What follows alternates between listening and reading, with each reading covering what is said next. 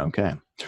Hello and welcome to the Story Engine podcast. My name is Kyle Gray, and today on the show we have Adam Bensman, copywriting extraordinaire. Adam, thank you so much for joining us on the show today. Hey, thanks for having me, Kyle. Appreciate it. Now, I'm really excited to be talking to you because we're getting really tactical today and talking about emails for high ticket products, selling expensive things over emails. Some people say it can't be done, but you've done it time and time and time again. And I'm excited to explore it with you. But first, I want to hear a story from your life that's defined you on who you are and led you to doing what you're doing today. Great question. So my background came from, I have an eclectic background, but we're going to bypass that part and jump right in. So my most recent background was in door-to-door sales. So I cut my teeth in sales the hardest way you can, especially this day and age. And I went door to door, took myself from earning $20,000 a year to my first six-figure year. And within about 8 months became the COO of an $8 million a year in-home sales company. And from there went into consulting. So I had a sales trainer.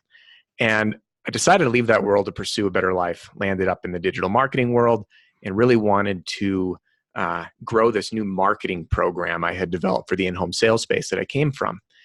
And my partner and I went 6 months with zero sales. So everything that I had learned about selling in person did not translate to selling online. Polar opposite. And I was blown away. Blogs, emails, LinkedIn posts, everything, and nothing worked. And we were about to throw in the towel after 6 months. And I got a hold of a partnership agreement to use someone else's list. And I decided to start writing these emails in a way that I never had before. So instead of selling, I decided to tell a story, give value, and which ties in, I know, with what you do in terms of storytelling, and really just positioned our offer as the fast track solution. And I read and reread and edited these emails to be like incredibly tactically precise, thinking, hey, clearly what I'm trying to do in writing that I did in person doesn't work. And that's when I had this big aha moment that what you can control in the selling environment in person by reading your body language, reading your cues, reeling back in attention. When I'm seated at your kitchen table, you can't get rid of me. I'm there for the hour we scheduled. Mm-hmm. And all those elements are lost when we try to communicate online, specifically in an email. And I clicked send on these emails. They got queued up. Actually, the third party clicked send. And I woke up in the morning, within 15 minutes of them being delivered, I got our first lead. And then they slammed in. And over the next 3 days, booked myself phone calls. And we went from $0 in 6 months to over $100,000 in contracted sales in 3 days. And at that moment, that was the defining moment of like, wow, I figured it out. And that's what led me on this path today after an unfortunate breakup with my ex-partner. Led me down the path of becoming a professional copywriter, and have since sold literally, I don't know how many, tens of millions, but it has been tens of millions of dollars in sales that we've driven largely through email. So that's the story. I love that, and I'm a big fan of email. I think there's some people out there that think it's kind of an old medium, that doing live streams or other things are more important, but I still am kind of a subscriber per se to the philosophy that a great email list is a business's best resource.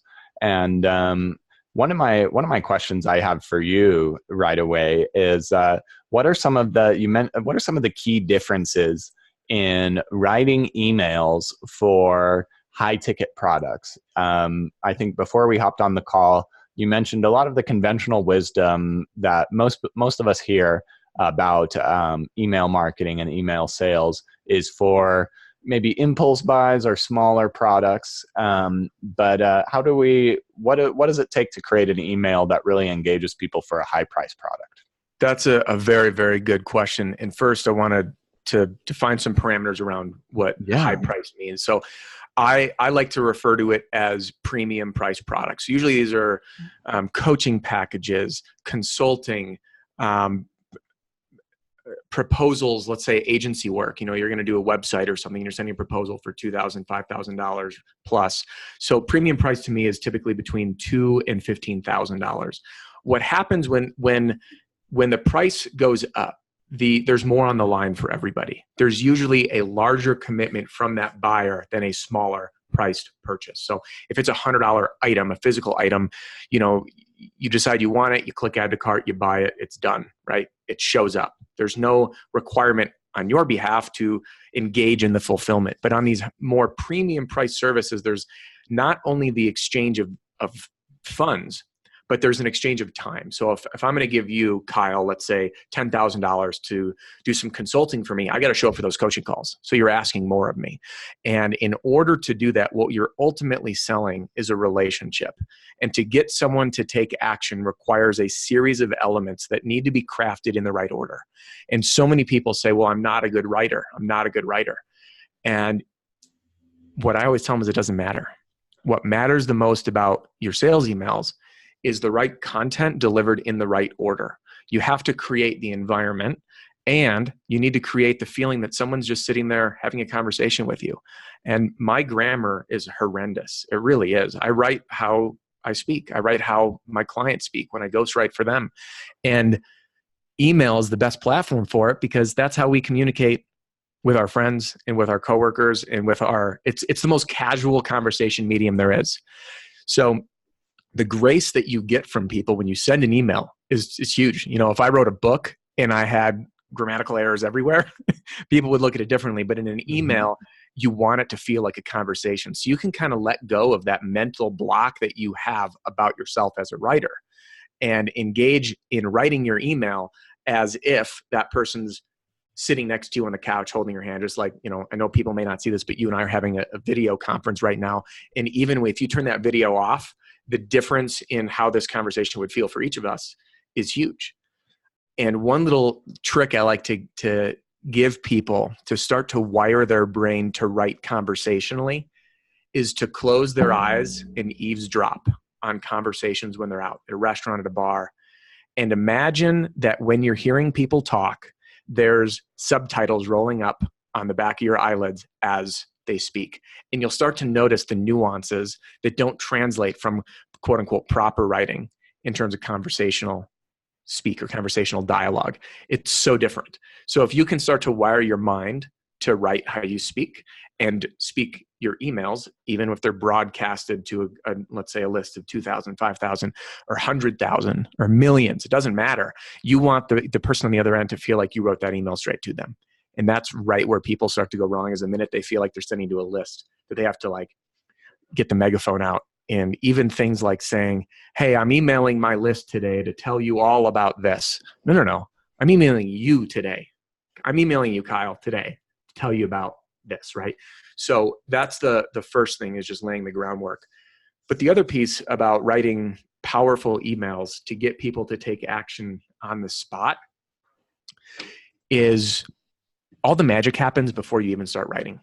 It's getting all the framing right, getting your offer down right, getting all of your elements essentially assembled. And I like to think of it, I know Russell Brunson, he talks about his, what does he call it? The funnel cookbook. And I like that food analogy. If you think about laying out like a recipe, most people, when they cook efficiently or they get proficient in the kitchen, and I'm a geek, I love to cook. And I geek out on all things culinary. But to cook effectively, you need the right ingredients, right? You're not going to make a great dish out of poor ingredients. And it helps to have all your stuff laid out first. So you don't have the onions and the aromatics in the pan sauteing and you're like, oh, I should go grab a bell pepper and start cutting that. Like, no, that should be done already. So to do all the preparation up front, the real magic happens in framing the call. And I can get into some of those specifics, but I hope that answers your initial question. It does. And there's so many ways that I want to dig deeper into this. And there's so many interesting things, but I think, that preparation, how do we prepare? I think a great bird's eye view of that would be an awesome place to start. Yeah. Let's jump in. That's a very good question. Let's see. There's two angles to start with. Number one is just kind of the pre-framing piece.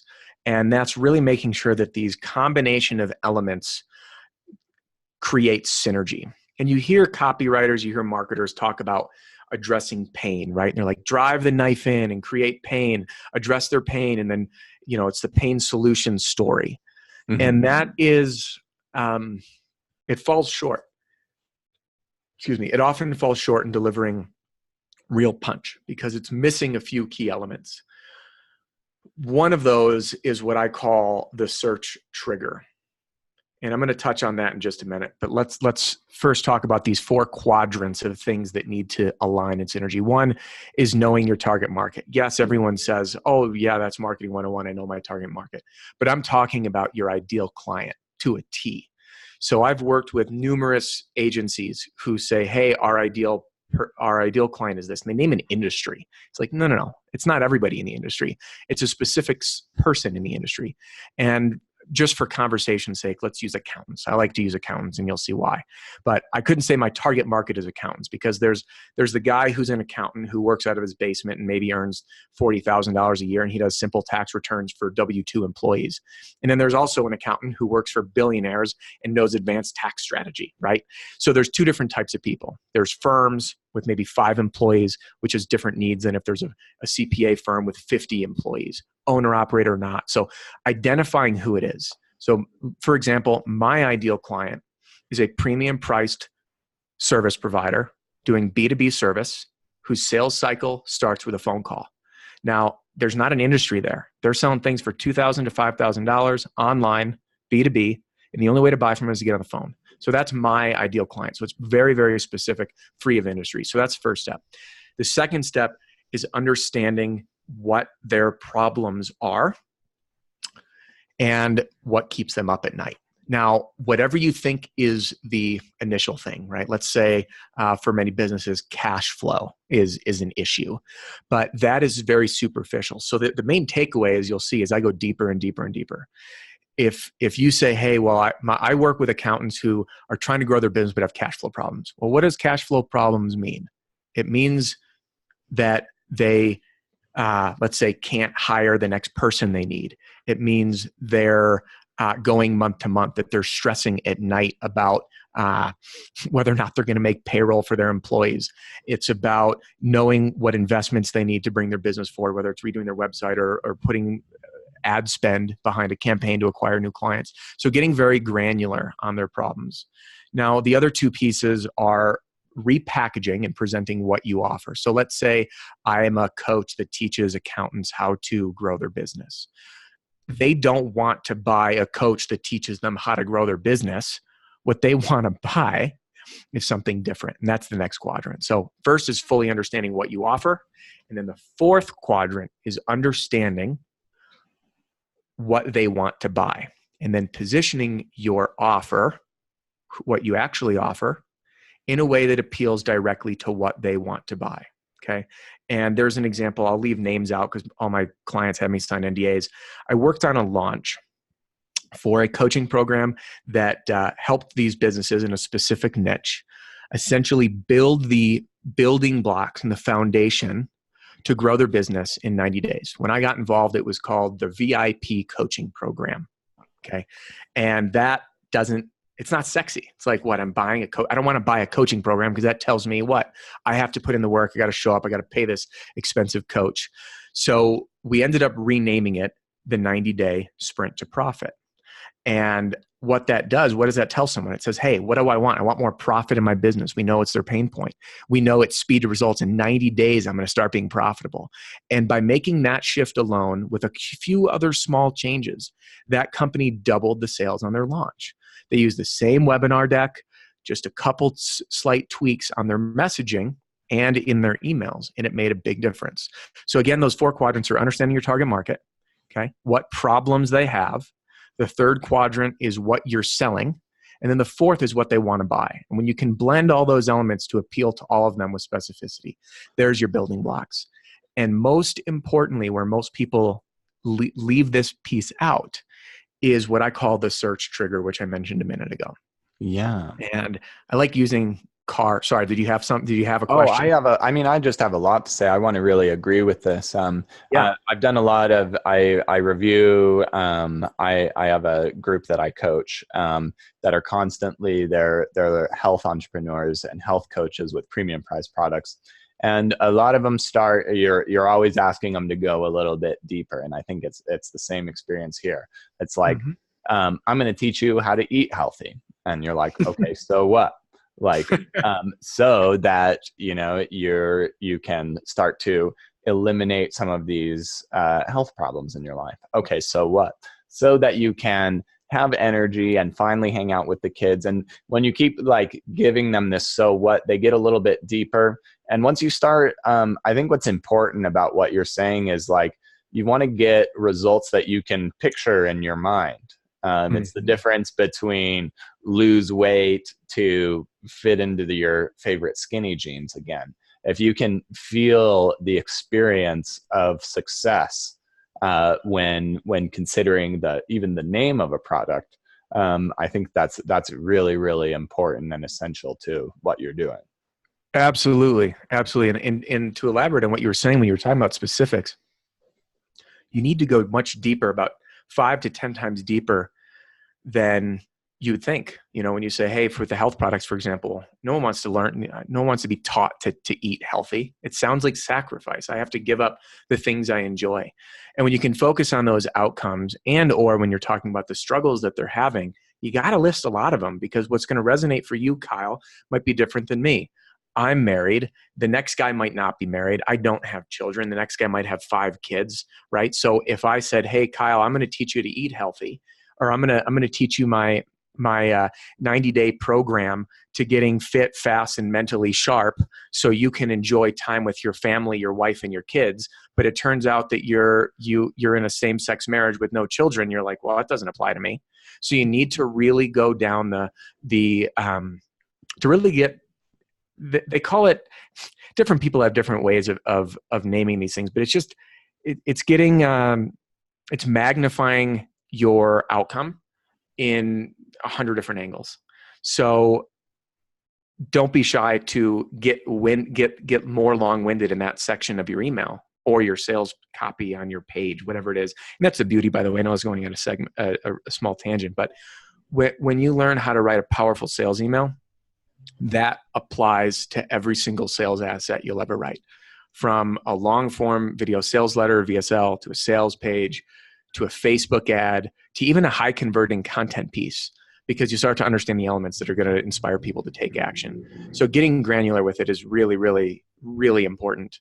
Yeah. And I had one other thing to say, and I completely slipped my mind as I focused on responding to what you're saying. No, well, that's all really good, and I agree deeply, and I want to hear more about the search trigger, because this is something I haven't heard before. I haven't heard of before, and it sounds interesting, and I think that this could be a really useful takeaway for a lot of us. Awesome. Yeah, let's jump in. And I did remember what I was going to talk about, so I'll touch on that after. So a search trigger it's surprising that most mainstream marketing education doesn't talk about it. It says, know your target market's pain deeply. What are their problems? What keeps them up at night? But if you think about it, there are certain things that move us to either, one, take action, right? So take action can mean going onto your computer, going on Google and searching for something, or asking a friend for a recommendation, or trying to find a blog or a podcast that's going to give you answers to your question. There's something that inspires that, which I call the search trigger. That same thing, depending on your product and the level of awareness surrounding your product, will dictate whether or not someone intentionally searches for it or is receptive to hearing about it. Okay. So I'm working with an agency now who's got this new SaaS product for a specific enterprise. These are enterprises that are working with, 10 to 90,000 people that are signed up on their system. And there's nothing else like it. So they can't just go and be like, oh, well, I put up a PPC ad and someone stumbled upon it. But if that message lands right in front of you, there needs to be something that happened in your life to make you receptive to it. So we'll start really wide and then get narrower. If, Kyle, you're fit, you climb, right? I do. I was just in Moab just last weekend. Nice. One of my favorite adult playgrounds in the world. I love Moab. Me too. So you're fit. If I put a weight loss option, a weight loss video sales letter in front of you, you'd zone out instantly because you don't need to lose weight. But if something happened, let's say you got injured, you packed on 20 or 30 pounds, and then you saw that weight loss commercial, it's going to relate to you differently. But now we can get more granular. It's not just the weight gain. It's not just that Kyle put on 20 or 30 pounds. What are those symptoms? Those symptoms are, man, my jeans used to fit. I cannot button the top button. There's a day that happens. There's shame. There's embarrassment. I say this. I was 30 pounds heavier not long ago. And that was it. It was like, holy smokes, I used to be this pant size. Now I'm a pant size up. Now I'm a pant size up. And the other thing was looking at a picture of you and realizing. And for many people, it's that picture that comes from behind you. And you're like, wow, I have rolls hanging over my belt, boom. So if we look at this from the search trigger standpoint, we would need to find out that not only is the pain of, are your pants fitting tight or can you not button it, but it's something that happens very specifically. Okay. Yeah. So maybe it's the day you see that picture from behind you. And I like to use car analogies also, because most everyone listening to this will either own a car or have owned a car at some point in their life. They drive. Who shops for tires? Well, when you need tires. But when do you know you need tires? You don't just go around shopping on Tire Rack for tires. You shop for one of three reasons. One, you got a flat, so you need a new tire. Number two, one day you walk out to your car and you realize that they're slicks. They're completely bald. Or number three is you went to get an oil change or some service work done, and they point out that your tires are low. So they bring it to your awareness, and it's like, boom. So that would be the search trigger. I just found out that I need new tires. And in the SaaS world, and I'm giving different examples because some are going to click for different people based on what industry they're in. Yeah. I was writing for a SaaS company, and their search trigger was that someone was spending over $300 a month with a competitive solution, realized that they're producing canned content. So it's like one of those basically content libraries you subscribe to, and then everybody's putting up the same stuff and it doesn't produce results. So this company, their search trigger is, I looked at my credit card statement. I realized that I've been paying for this service for the last 6 months, which is accumulated. I'm horrible at math. So what is that? $1,800, 6 times? Yeah, something like that. $1,800 for the last 3 months. I've gotten zero return. There has to be a better solution. So that's very specific, right? So the more we can hit the nail on the head that says, this happened in my life, and now I want to go find a solution. And I work with a personal injury attorney as well, that talk about a search trigger. No one searches for a personal injury attorney unless they were acutely injured at someone else's expense. Unless they didn't get notified that their tires were. Yeah, exactly. So if I wrote, and this ties in, by the way, speaking of search trigger, it ties into what I wanted to mention before, which is empathy. And what I love about emails is you get to be human. You literally, by the way, the best sales emails don't sell. They do sell, but they don't sell in a way that makes someone feel like they're being sold. You're sitting there having a very relatable conversation. People buy from people they know, like, and trust. It's sales 101. Yeah. So, and here's an example of how this all ties into the search trigger piece. Excuse me, because they all blend. If I'm selling a weight loss formula, let's say, or a supplement of sorts that could help you lose weight, or a gym membership that could help you lose weight, the cheesy infomercial says, are you sick and tired of being 30 pounds overweight?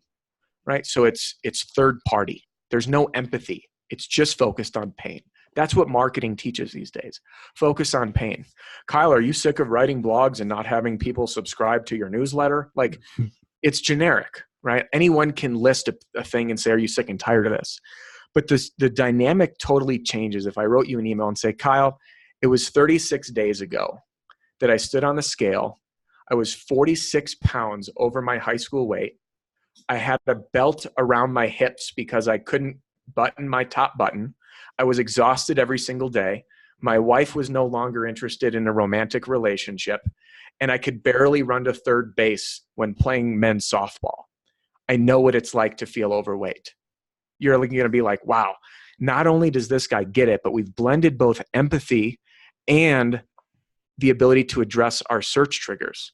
And we've talked to our target market, which might be someone, through the story, instead of saying, are you a 30 to 50-year-old man? We're talking about adult men's softball. So we're really addressing the target market specifically through a story, which is something you're excellent at.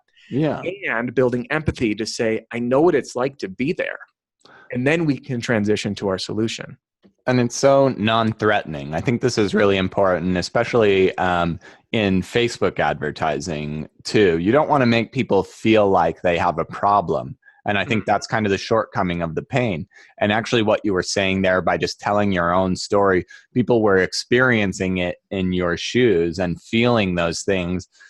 But if you had said it in a way like, are you tired of all these things? And just like made it, directed it at them and just asked them those questions instead of explaining like, this is where I was, then yeah, it becomes a lot more, it makes people feel disempowered, not as good. It's a tough place to start, even though it is the classic idea, do you have this pain? And it's just like, it's a tough way to really engage in a conversation. And I love that simple way of just kind of, by being vulnerable and sharing yourself, people open up more, and they're willing to listen, and I'm assume they're open to hear more and being taught instead of feeling like they're being sold to. Absolutely. They feel like you're telling their own story. And think about that. Facebook is such an interesting platform for getting instant feedback. Everyone has the "how about me, I" syndrome, right? That's what my wife calls it, and I love it. How about me, I? And we've all been with that person where, let's say you're telling a story. Well, I was in Prague 2 years ago, and I'm about to tell you what I did in Prague. And you're like, oh, I was in Prague too. People are so excited to interrupt, to have this sense of relatability. And someone will put up a post like of their food, eating at Casita de Mama, the best Mexican food in all the land. And all you get in responses, no one's like, where is that place? I'd like to try it. Yeah, that'll happen. But the most common response is, I've eaten there too. I love it. People love to relate to the story. So if you can take a step back and stop selling in your sales email, because so many people think, especially tying back to what I mentioned up front, the hook shouldn't open with the main, meaning the hook, the first sentence of the email, the first sentence of your sales page. Shouldn't try to sell your product. That's not what it's there for. And that's where people go wrong. You got to hook them with something they want. If I sent an email like, do you want to lose 30 pounds? Like, it screams, I'm about to sell you something. But if you opened up this email saying like, last week I had this major epiphany, what are you thinking in your mind? What would your question be if that was the first sentence? Last week I had this epiphany. Yeah, I mean, I like, what was it, or what was it about, or where is it? Yeah, exactly. You're going to ask a question. Well, what is the epiphany?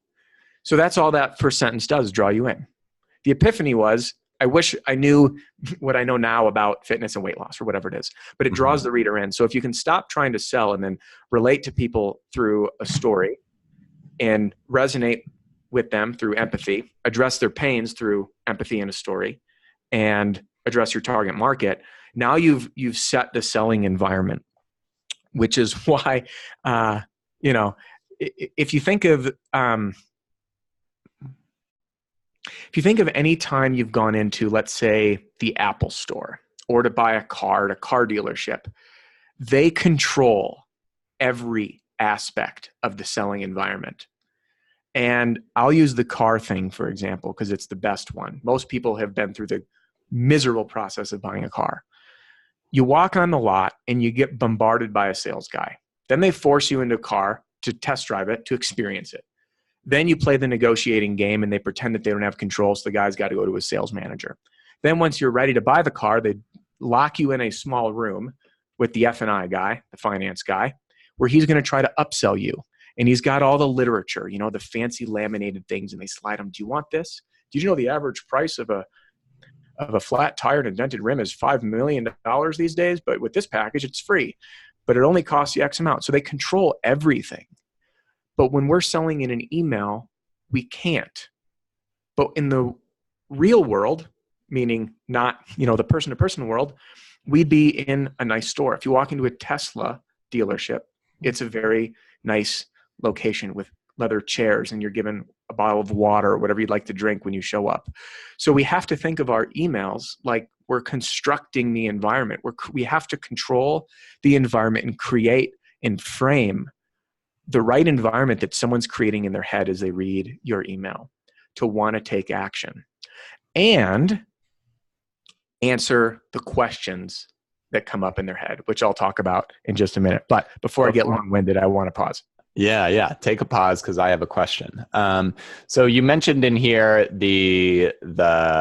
or like I did that too kind of effect. You talked about it in Facebook, but I think it can apply into emails as well. This is something actually that I'm a speaking coach, and we work on this as well. And great talks, probably not unlike emails.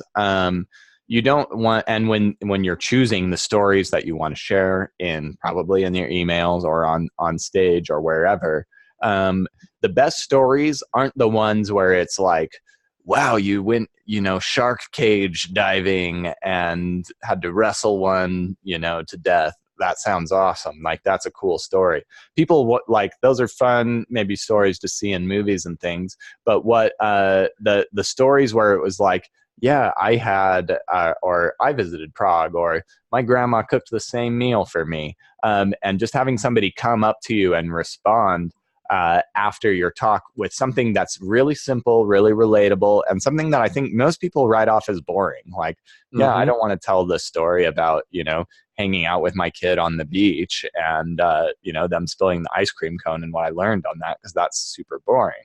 But really the power comes in these ordinary stories and setting them up appropriately. I love how you put that. And I think the ordinary part is the key. It's relatable. And there's you could do a whole other podcast on the reasons that people buy and take action is often an identity piece. And that's the same reason that you'll find, food and religion are no different, in my opinion, because of how people feel. So, my food choices are so personal. My religion is so personal. My beliefs are so personal.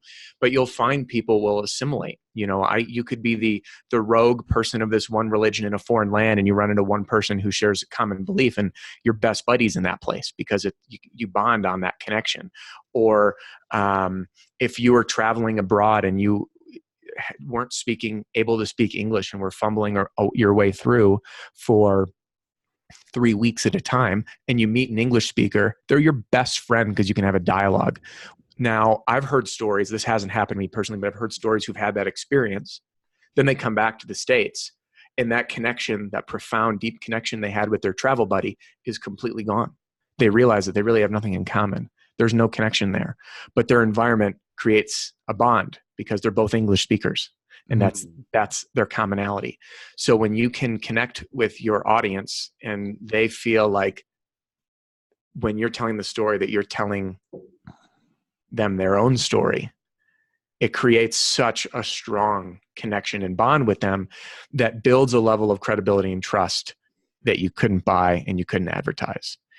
And the way that you can do this, especially in emails, but Facebook is bordering on this now too, becoming more of a conversational and casual platform, is very different than anywhere else. I mean, it's what people expect because it's a medium where people engage one-on-one. So I like that a lot. And just to give us kind of the overall grasp of how these emails kind of play out, can you give us like a high level view of, you've given us some specific details, but what does it kind of look like all put together in a good email? And then I guess this is kind of stacking the question, but so the story you told me earlier, it sounded like you sent a single email and we're getting leads already through the phone. Are you in this system that you're working in? Do you have several sequences set up that kind of each email tries a different angle, or is it really falling on just a single email that's driving these results? That's a very, very good question. So I follow a format. It's a 12-step formula. That the 12 wasn't designed to be a sales tactic of saying 12 because it's a good number. I created my own formula, my own template, which I call the sales email formula, because I have tested, I cannot even tell you how many emails. I've lost count. My emails have been delivered to over 10 million inboxes, and I've had a lot of fortunate experience to do a lot of testing. And these 12 elements stack in a very particular order to I know it's the age-old cliche, marketing's like dating. You can't ask someone to marry you on the first date. Mm-hmm. So this framework provides at least what it did for me, and I have I've heard this experience with others as well. When I have writer's block, which I'm sure have you had writer's block before? You All write the time. Yeah. when you have writer's block's the worst because the hardest part's getting started, right? That is writer's block, how to get Mm-hmm. started. So when you have an actual framework in a swipe file, so to speak, that is more like assembling than writing, the process goes faster. So I'll give you an example. If I know who my target market is and I have different ways to speak about it, I can address someone in my email saying, instead of, are you a CPA, right? You could say, hey, is your firm having trouble this quarter getting new business in the form of X, Y, and Z. You can get very specific depending on what product you're delivering, what topic that email is addressing. But the answer to your question is, could it be one email? Absolutely. Could it be 10 emails? For sure. It all depends on the application. But when you follow a systematic process, because here's the thing, like, depending on how someone gets on your email list, you can sell them something. And people need to that are listening to this say, I hate selling, I don't want to sell. It's just life. We're always selling, and there's no shame in selling. Yeah. When you do it right, and that's the one thing that I like to differentiate my own approach. When people say, oh, it's persuasion, I think that's all hogwash. You're not a magician that can overpower someone's brain to hand over their wallet. That's stealing. And it's not ethical. And two, I doubt it's really possible. For a business to last in the long run, you have to believe in what you do. You have to provide a game or life-changing service, and you got to stand behind it, and people got to love it because people chat, people talk. So this framework allows you to sell without selling. And I'll give you an example. You need to have a hook. You need to get someone to start reading. Well, let's take a step back. First, you got to get someone to open the email. And what people often focus on is a subject line. There's all this stuff online. Here's how to get your emails open. And I'll be the first one to tell you that 95% of that is garbage. I've tested them. I have data from emails I've sent for info products that break all the rules of email marketing that say, hey, have you heard this one, by the way? Only put your link at the bottom of the email because the reader needs to get to the bottom to be qualified. Have you heard that one as a best And you have practice? it in the PS. You have PS too, just because I don't know why, because that makes I'll tell you about the PS. I'm a fan. Yes. Have you heard that one that the link will be at the bottom? Yeah. Okay. So if anyone takes anything from this, the biggest takeaway for a powerful sales email is to include a link at the top of the email. Usually in as high as the first sentence, but you do it in a specific way. And I call it a passive call to action. So I'll give you an example. I'll read the intro of a sample email I wrote in literally just the first sentence. So here's the subject. The subject is 3 subconscious triggers that will 3 times your click-through rates. Okay. So if you're on my list, which by the way, let me wrap up what I said about subject lines and why they're not relevant. People open emails from people they know, like, and trust. Your sender credibility will trump your subject lines every day of the week. So if I get emails from you, Kyle, and I know that every single one's going to bring me value or entertainment, I will continue opening them. But the minute that I feel like you're spamming me or you're selling me, and I see that, that image preview on the far left, email from Kyle and then the email address, how people associate your name in their inbox is the number one influencer on whether or not they're going to open your emails. So takeaway number 2, don't worry about your subject lines. Focus on building trust, not selling. Don't spam people. Yes, subject lines are important. I do have 7 rules of things that you should not do in your subject line. One of them is to not ask a close-ended question, by the way. So don't ask anything that could be answered in no. If they answer no, they're never going to open it. So there's a few rules of thumb there. But typically, your subject line is the least important thing. Wow. Yeah, which blows people's mind. Yeah, that's not at all what I was expecting, but it does feel as a content marketer, it's reassuring to me as somebody who's providing value regularly. It's good to be building this relationship and making sure that that it's there. So when the time for these other emails bells come, and so Yeah. that's one of the things I love about content and Yeah. sharing your story. But continue. Yeah. So back to this. But yeah, so anyway, subject lines, are they important? Yes. But what's more important is the right assembly. So so again, subject line, 3 subconscious triggers that'll 3x your CTRs, your click-through rates. And this is just a sample email. Hey, Matt, I've been getting my email recipients to click to my sales page without even realizing it. So that's the opening sentence, which is the hook. And it always ends, not always, but often with an ellipsis. So 3 dots. The reason that we want to have a hook, and I'm giving you just kind of a sample of how this format flows, is the only role of the subject line is to get someone to do what? Open the email, right? But again, we figured out that the name associated with it is more important. Then once they open the email, they're going to quickly assess whether or not they want to read this. So what I want to do is get them captured into a story. I want to hook them through curiosity. I want to set up the stage that something's going to happen. And one really powerful way to do that is to not complete a thought, because the human mind hates incomplete things. That's why soap operas are so good. They cut to a commercial break when the guy's on the edge of the cliff and someone's coming at him with a bat. Cut to commercial break. They come back and they're at the next scene of the 2 lovebirds sitting at the kitchen table. But what about the guy on the cliff, right? So when you end an incomplete sentence, which I encourage really poor grammar intentionally in emails, I'm going to keep reading, right? So I've been getting email recipients that click to my sales page without even realizing it, ...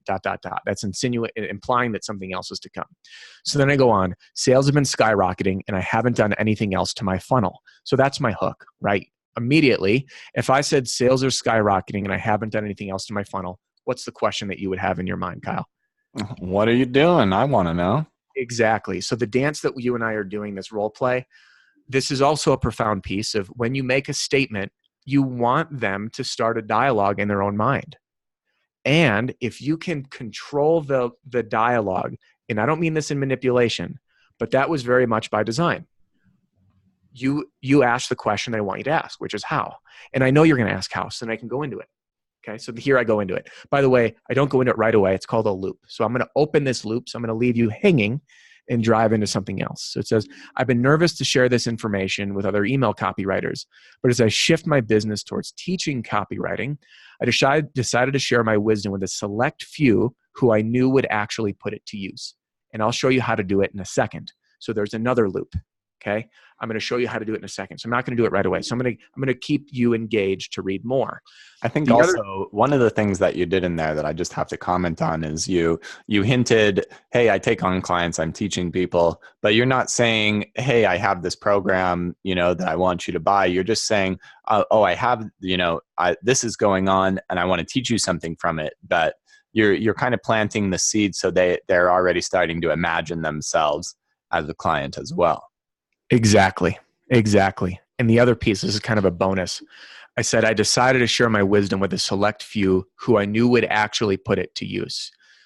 There's many different schools of thought and theology and psychology that talk about the power of language, from NLP to triggers and all these different things. But when I say a select few who I knew would actually put it to use, I'm doing 2 things there. One is I'm addressing someone by making them feel special by calling it a select few. Okay. And the second thing is would actually put it to use. I'm priming you by saying you're going to actually put it to use, right? And that you can actually put it to use. So it's both a command, actually put it to use. It's a statement, right? Hey, Kyle, actually put it to use, versus who I knew would actually put it to use. So it's really a linguistic trick in a way to start to prime someone to think a certain way. Okay. So that's the opener. And my passive call to action is I decided to put this together in a quick video series to show you exactly how. What's hyperlinked is a quick video series. Okay. This fictitious thing sells a video training on email copywriting. Okay. By the way, none of this exists. This is just fictitious for this sample. Mm-hmm. But up top, if you're intrigued by wanting to increase your click-through rate by 3 times, you would click through to see what it is. And I call it a passive call to action because I didn't say, I put it together in a course that I'm selling to teach you how to sell in emails. I don't say that. I say in a quick video series. If you click through to that page, chances are you want to learn. The other thing that's really important is the people who will click through right out of the gate, you're giving them an easy path. You're making it easy for them to take action. Because if you're already hooked in and you're excited about that opportunity, boom, you're there. Plus, your sales page or your call booking page or wherever you're sending traffic, the main function of that page is to convert that visitor down the next path, whether it's booking a call or checking out or whatever it might be. And too many people try to sell in their email, but no one's going to hand you their credit card through the email. They can't do it. So you need to remember that what's the goal of your email? What's your one action goal, as I call it? Is it to get someone to click through to a sales page or to schedule a call? So when I put together that passive call to action, that's grabbing all the low-hanging fruit. That's the people who are excited. Why make them wait? Because they may not make it to the bottom. I tried those tactics of only putting at the bottom and my sales suffered. I had my best info product sales, which I know we're talking premium priced.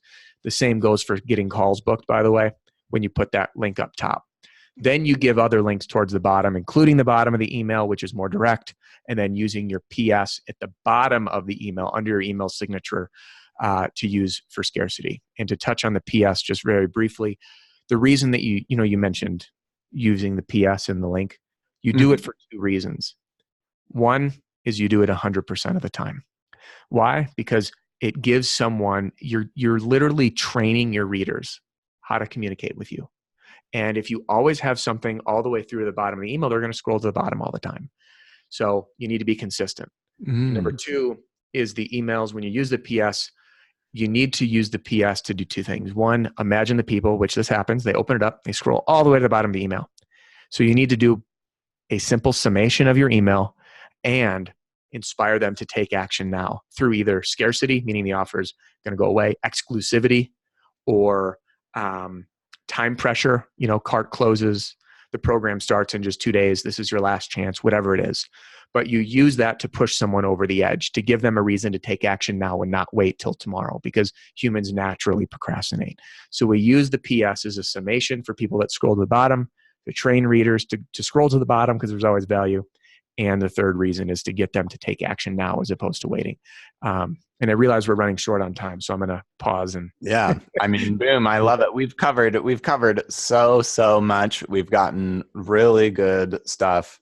We've both had. I think you're drinking a seltzer water. I think we've both come to the end of our seltzer waters, and so now I'd love for you.